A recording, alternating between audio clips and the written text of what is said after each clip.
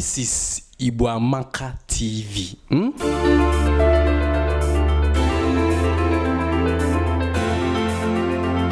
Ọ dịka na ndị IZUKA ọbụla akụkọ ọhụrụ na-apụta. Unu chetara na IZUKA gara aga ewitere ụmụ na akụkọ gbasara Maazị Ekwere mmadụ na nwunye ya ejidere na UK na ihe gbasara organ trafficking, ya bụ izu ahịa akụrụ ahụ.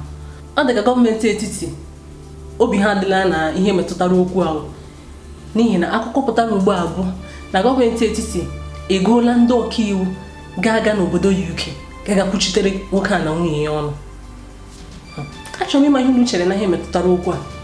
Biko eleghị na-eme n'okpuru ọchịchị Naịjirịa maka mụ aghọtaghị ma ọ bụ na certificate mekwara nke alụ na certificate mekwara nke otu onye na-achọ ịbụ onye isi ala nke Naịjirịa nke afọ 2023 ọ tọrọ ọchị. Maazị Tinubu kọwara na certificate mahadum ya na ndị agha na-amaghị zuru ya n'afọ 1990s. Mana nwoke a gakwara n'ihu kwuo na ọ gara University na University of Chicago ebe ọ so nwetara certificate na business administration. What do you say to those things? I'm talking about Senator Bola Ahmed Tinubu. That's what Kingsley Adesina did say about it. He has the mental capacity, he's mentally aware, he knows everybody around, and he has educational qualification. Look, I can bet you any amount of money.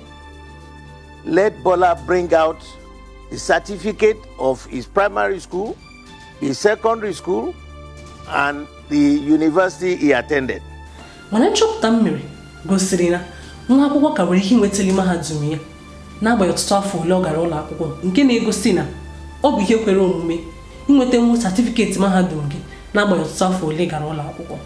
The BBC and Nigerian television asked me to report as a Nigerian television journalist on the situation in my country.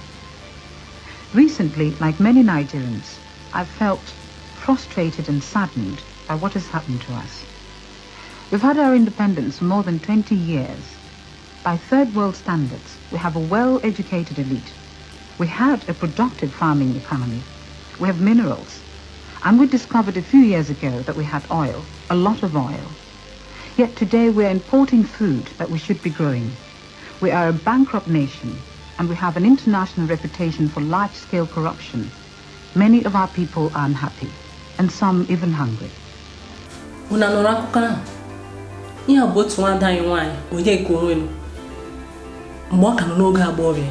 Ihe akụkọ kọwara ndị BBC mgbe ọ ka dị n'oge agbọghọbịa na ihe metụtara ọnọdụ mwute ndị Naịjirịa nọ na ya, tinyere ọnọdụ mwute ndị ọchịchị anyị tinyere anyị, ọtụtụ ihe ndị ha si ha ga-emere anyị ma ha baa n'ọchịchị enweghị nke ha na-eme. Ruo okwu ugbu a ka bụkwa otu ihe ahụ aka na-ekwe nkwa ha ga-emere anyị ma ha baa n'ọchịchị. Ọ dị mwute ebe o buru ibu. Aka na-ekwu nke a nke ihe m na-anụ. Biko na achọrọ m ịma ihe unu chere nwa amadi a na-akpọ Idris kwuru na ihe metụtara ndị Naịjirịa nọ na mba ofesi. Onye osote mmebi iwu nke Naịjirịa Idris kwuru na ndị Naịjirịa nọ na mba ofesi enweghị ikike ime mkpesa. But somebody in America who is far away in this country. Mr. Speaker, this is not the first time we have presented petitions, even from those who are not resident. That is why we even the Speaker has to allow the petition to be laid until he's convinced. I'm not convinced that somebody from America should come here and be laying issues in Nigeria. I'm not convinced. O mechiri mkpesa ndị Naịjirịa mere na ihe metụtara ọnọdụ enweghị nchekwa na-eme na Benue, Nasarawa na Taraba, na-akọwa na ha nọ na mba ofesi n'ihi ya na ha enweghị ikike ime mkpesa ọbụla. Mana achọrọ m ịma ihe unu chere na ihe metụtara okwu a nwoke a kwuru, because mụ onwe m chere ya na oge eruola mgbe anyị kwesịrị ịkpachara anya gbasara ndị anyị na-etiga n'okpuru ọchịchị anyị. Mụ na-echefukwala na m ka m nwanne unu nwaanyị Nwada Nnenna. Anyị ga-ewere ya otu a na-eru n'izuụka ọzọ anyị na-ewetara n'akụkọ ihe ndị mere eme n'obodo anyị. Na-eru mgbe unu nọrọ nke ọma, udo dịrị unu.